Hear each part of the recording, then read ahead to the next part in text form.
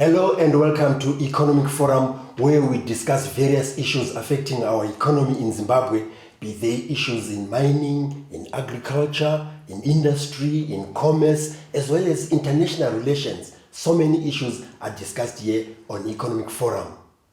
My name is John Masuku. Recently, a number of Zimbabweans have been appointed to top positions in Africa. Chief Fortune Charumbira was appointed the president of the Pan-African Parliament. Honorable Tatenda Mavetera was appointed also to the Pan-African Parliament to be responsible for youth affairs as one of the vice presidents. Today, we are honored to have another young woman who was also appointed to a top position in the African Union, and that's Chidom Pemba. Chidom Pemba is the AU chairperson's youth envoy, and she goes around Africa meeting different presidents as well as attending different meetings on behalf of the chairperson of the AU. Welcome to Economic Forum. Thank you. It's such a pleasure to be here and to be on home ground. Yes. Well, it's a belated congratulations to your position as the envoy of the chairperson, but you've come a long way, Ichido. Tell us about the road that you've traveled from Girls College in Bulawayo to the University of Cape Town, Midland State University, and now in Addis Ababa, Ethiopia, representing the chairperson of the African Union. Sure. Well, it's been such a long journey. Indeed, I grew up in Bulawayo and I went to school at Girls College. After finishing school, I went to the University of Cape Town. Interestingly enough, at the University of Cape Town, I studied human resources. And, during that time, I looked to getting into human resources, into that field. But, after university, I started looking for opportunities and I landed in the bank. So 7 years of my time was spent in the bank. Initially, being in the bank, I wanted to be in human resources. And I remember I was applying for a position in human resources. They had an international graduate program in human resources. And I made it to the top 2. But unfortunately, the role needed someone with a master's degree. And I think it's something at the end they said, okay, we're actually realizing that, given the requirements that have come internationally, we'll not be able to have you in this position. Fast forward, within a week or two, I get a phone call again from the bank. And they said, we have another program, another graduate program. And with this one, in terms of the requirements, you do not need to have, a master's degree. But, you seemed very, very passionate, even in the way you presented yourself in the interview and how you would really inquire. Because I would phone and just try and find out from different people. And I would say, I just finished school. I want to learn. I want to know. I learned so much. From there, I even diverted from human resources. I was now working in this department. And I got an MBA from the Midland State University. But I always had a passion to do with everything, with development, everything to do with youth, I'm so grateful because my employer gave me that opportunity. They saw that talent in me and they would make sure if there's anything, any subcommittee where we need to do something, be it, on youth-related matters, on well-being, anything, then I would get involved and they would also give me that opportunity to contribute. Fast forward, how you got to Addis Ababa, Ethiopia at the AU. Okay, so it's interesting because this role is actually fairly new, just 4 years in, and I'm the second youth envoy. And they advertised this role to say that they're looking for the second youth envoy to be announced on the Youth Day, which was on the 1st of November. A call was also made out through the ministries, I think Ministry of Youth, where people were submitting applications. So after that, I applied and I was then informed that I was shortlisted. I think there were a number of us who were shortlisted. There were over 2,000 applications. Now, in terms of being shortlisted, we had to come up with a manifesto that we present to a panel. And this panel included the cabinet, included our regional economic communities of the African Union, and a member, various stakeholders. So we presented, when it was my opportunity and my turn, I presented and I said, look, if I come in as the chairperson's youth envoy, this is what I would like to do. And this is the vision I have for Africa. And this is how I can represent the voices of young people. And yes, and from there, we had to wait to receive a feedback. And I was then informed that I received the highest votes from the panel that was in that interview. And the chairperson had made the final decision that I should become the youth envoy. Very keen to know what you presented. But let me say that you also, soon after your appointment, met His Excellency, the President of Zimbabwe, Comrade Idi Mnangagwa. Yes. Then tell us about what you told him, including the vision that you had presented, that made you win this post. Yes, so I got a chance to meet His Excellency on the sidelines of the AU Head of State Summit that happens every February. And it was an opportunity really for Zimbabwe, for us to be proud. If I may also mention that within this role, it's in Zimbabwe and it's in Southern Africa, but it won't come back in 8 years' time because it's a rotational role. So from North Africa, it has come here. So, How long is it? It's a 2-year term. Okay. It's a 2-year term. So, we got to speak more about my role, and we got to explain more about the role, how I got into the role, and just, my vision for the continent, and also my vision for Zimbabwe, stuff to do with young people being in the forefront and leadership, and commending him about the efforts that is made in the country with regards to, young people. I mean, there's a Zimbabwe Youth Council board as well that was put in place just a few months ago. One of the things that we spoke about in the efforts Zimbabwe has been making. Just a snippet of the role or the vision that you spelled out to the president. Yes, you did say that it's about developing the youth, but what were the main areas that you outlined to him that, Your Excellency, this is what we want to see in Zimbabwe? Okay, so my vision and what we want to see in Zimbabwe, I spoke about economic development.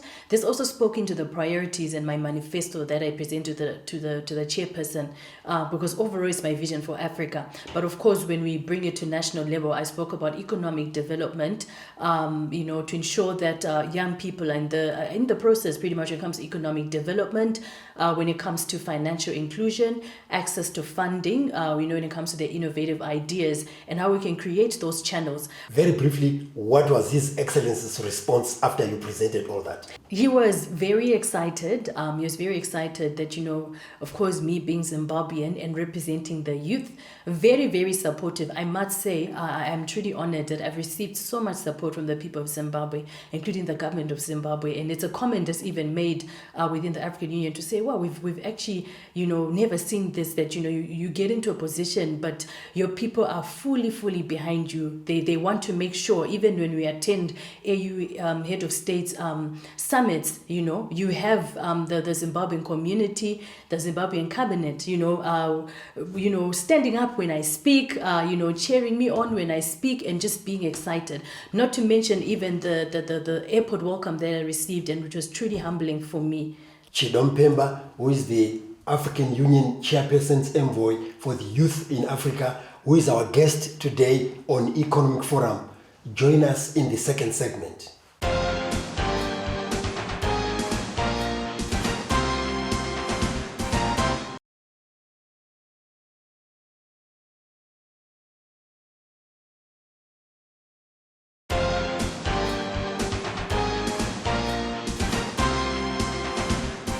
We are now in the second segment of Economic Forum, where today our guest is Chidom Pemba, who is the African Union Chairperson's Envoy for Africa, and she's one who goes around Africa representing the chairperson of AU. Chido, you mentioned the manifesto, that it is the one that won the day for you to be in this position. Let me go back to the theme or to the motto that the chairperson was actually expecting as you were applying for your jobs, which is defining the future today, youth-led solutions for building the Africa we want. Tell us about your manifesto in detail and how it won into this. Awesome. So I started off by Agenda 2063 Aspiration 6. And that agenda speaks about an Africa which shall rely on the development of its people, especially its youth. So I looked at the potential that young people can bring onto the table. And when I was reading out my manifesto, I spoke about how we should leverage on young people, which have more young people on the table, including in governance frameworks and governance structures, in advisory boards. As we speak, the WHO director at the moment is in the process of setting up a youth advisory board, within the public health sector, which is also, one of the vision that I had getting to this role, to say, how can we have more young people in the decision-making table? Secondly, I spoke about the African Union Youth Charter. The African Youth Charter is actually something that speaks about the rights of young people. And we had member states that signed into this, and it was adopted in 2006. But however, we still have 17 member states, 17 countries that have not ratified the Youth Charter. Yet this is what's supposed to be unifying us as member states and be our guide in terms of driving policy on a continental level and breaking it down to national level. So I did indicate that when I get into this position, I want to ensure that by the time I leave, we have member states that have ratified the Youth Charter. It's a process I've started, visiting member states in the countries that have not ratified to lobby that they start the process to pass it into Parliament as a document that will be used as a guide to drive youth policy and youth empowerment that we envision. To come up with such a manifesto, Chido, it means that you have to read around a lot of politics, economy, or economics in Africa, and so forth. And usually youngsters or young people are not really interested in reading that kind of material. How did you prepare yourself, very briefly, because this would also motivate others to be interested in the affairs of their countries so that they can be appointed into some of these policy-making positions? So, I have such a curious mind. So I took some time to read, but at first I also read to say, what is this job? What does it require? And when I looked at that, I looked at my strengths. What can I bring into this job? For example, we know we also need to build on partnerships, private and public sector partnerships for young people, roll out programs that will empower young people, provide them with jobs, and help them in terms of their innovative ideas for entrepreneurship. And I come from a private sector background. So it's something else that I mentioned to say, I come from a private sector background, so I'm really good when it comes to processes and, building relations with the private sector. Let's look at how your role has played out in different regions of Africa, including our own region, SADC, and Zimbabwe in particular, so far. Okay, so currently I'm actually in Zimbabwe for a high-level ministerial meeting of all regional economic communities and youth groups to discuss the Youth Peace and Security Agenda and the Africa Continental Framework on Youth Peace and Security.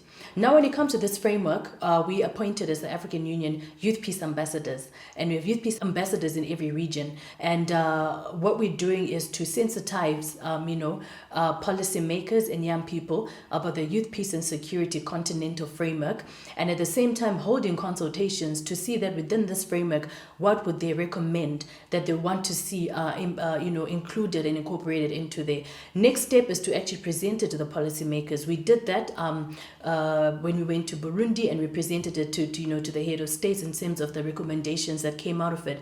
And in this case, we have ministers coming from within Southern Africa that have come from within Southern Africa specifically for this meeting, where we'll present again this document of recommendations. There's also going to be a guide for the National Action Plan on Youth Peace and Security, because we are helping member states at country level, national level, to roll out a National Action Plan on Youth Peace and Security. Youth peace and security. You keep on repeating that. What is the importance of those to economic development?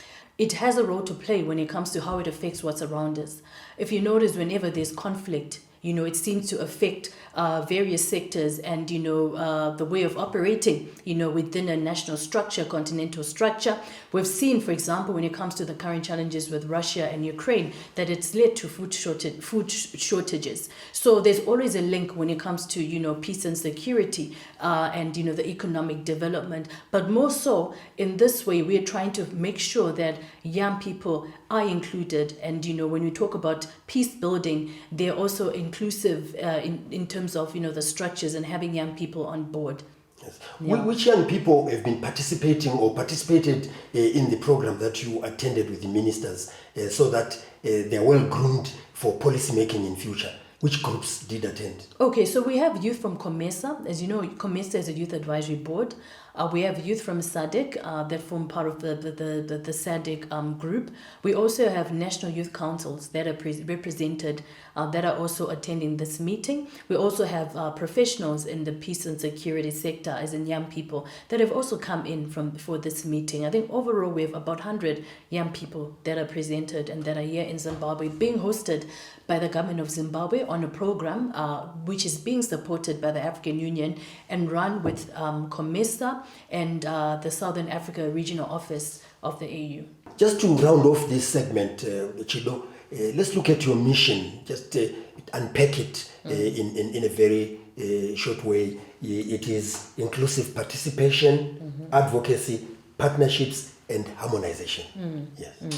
Okay, so currently, maybe speaking about inclusive participation, I'm on a 60 days youth engagement tour. As part of my campaign, I'm visiting young people in various countries to ensure that when we finalize on the mandate of my office and what we leave as a legacy, indeed, it includes young people's voices in terms of what they see as priorities within the continent, how we ensure that this is also factored in our programming. In addition to that, I believe that we need to represent marginalized communities. So part of my listening tour, I've been going to communities, marginalized communities, vulnerable groups, youth with disabilities, refugee network groups, just to ensure that I also get an understanding in terms of some of the challenges that are on the ground, and ensure that their voices are represented, just to name a few. In addition, or I'll say finally, advocacy is very important. So I've really been advocating at a high level whenever I can, and also lobbying for political commitments. A very interesting role that you have, Chido, as the envoy of the AU chairperson, doing all sorts of things. Join us in the third and final segment of Economic Forum with our guest, Chido Mpemba.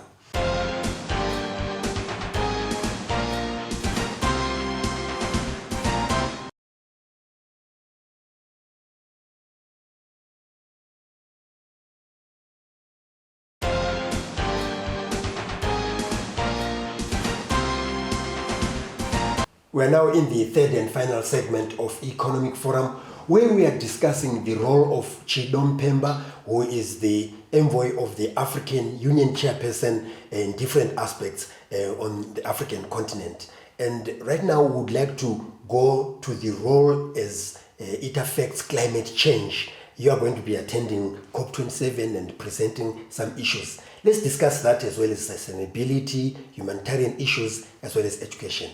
COP27 for the first time is going to be in Africa. Therefore, we need to be deliberate and ensure that young people also form part of the negotiations. Currently, there's a training that's going to be rolled out. This is in training young people in capacity building for the negotiation, when it comes to climate change and the issues and what should be tabled at COP27. In addition to this, with my office and ACMI is a group that has been formed with the African Union, the World Bank, and UNICEF to focus on, action on climate mobility in Africa. And where we have a youth forum, and in this youth forum, again, is an opportunity to hold consultations and come up with a common agenda and a piece that will be a publication that will be presented at COP27 as a position of young people in terms of, what they think and what they see should be the priorities when it comes to climate change across the continent, to do with climate mitigation, climate education, deforestation.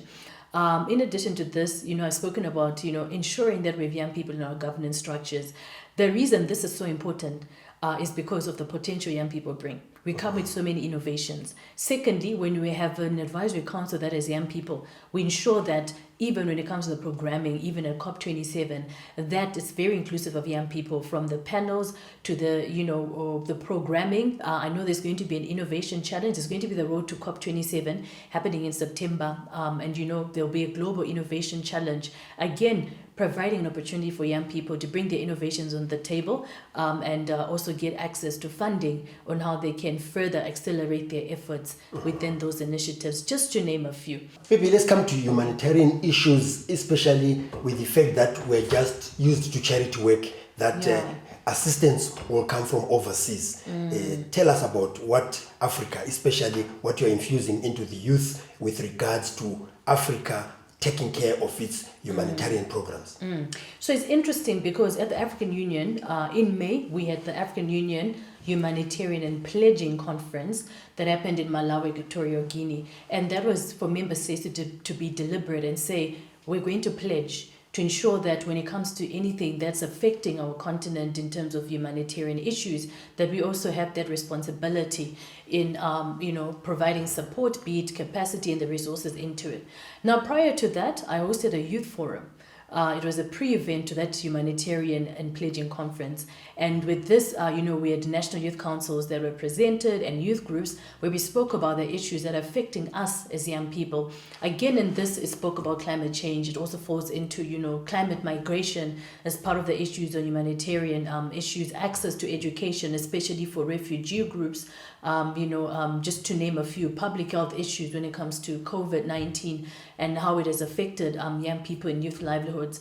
And in there, we also came up with recommendations, which we called the Declaration of Young People on Humanitarian Issues. And I got an opportunity to then present that at the AU Head of State Summit in Malabo and lobby, to ensure that when they come up with the final position for Africa and the pledging that has gone on, that indeed we also have young people in terms of their inclusion and as well as quotas set for young people in terms of how we're going to provide solutions when it comes to humanitarian crisis in Africa.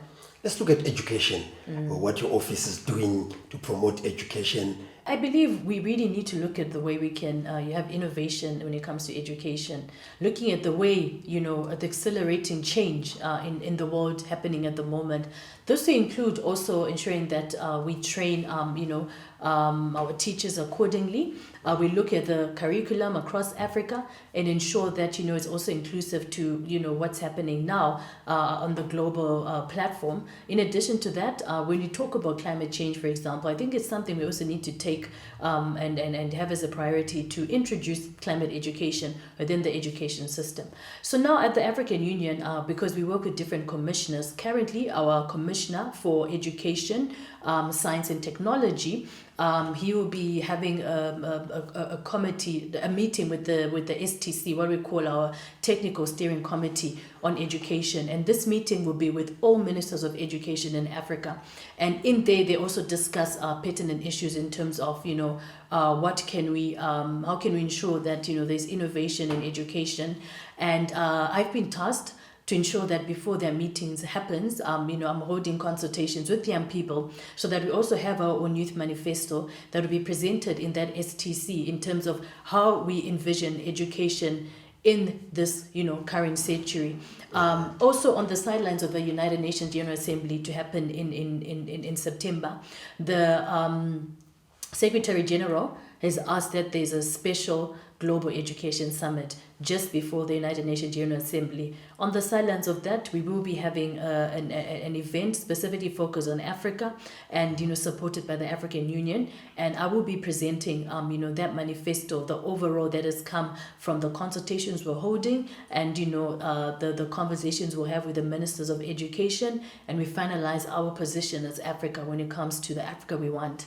And health issues? Health issues, definitely health issues. I think more than anything, when you talk about COVID, there's still a number of countries where we need vaccination equity. We need a lot of young people to be vaccinated. But we also now need to look at how we can ensure that we're pandemic proof. I think it's also very important that, how can we ensure that we're pandemic proof? How can we ensure that we build on the potential young people have to, when we're faced with, a crisis in the health sector, that, we can have proper infrastructure and systems in place across Africa with regards to that. In addition to malaria, malaria is something as well across the continent, neglected tropical diseases. These are the challenges that we're still being faced with. And I'm happy that we have quite a number of, malaria youth groups that have been formed for young people to advocacy, mobilize resources. And there are a lot of resources that have come into this just from the Commonwealth meeting that I attended as well just last month.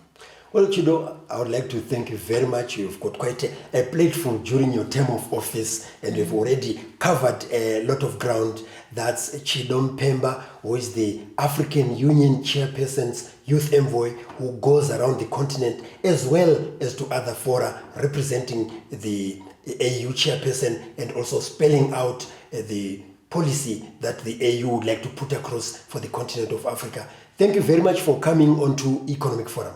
Thank you for having me. Yes. If you'd like to get in touch with us, you can do so on the numbers that are flashing on your screen. If you've missed some of the episodes of this program, you can watch our YouTube channel, which is Economic Forum Zimbabwe. So, on behalf of the production crew, this is John Masugu.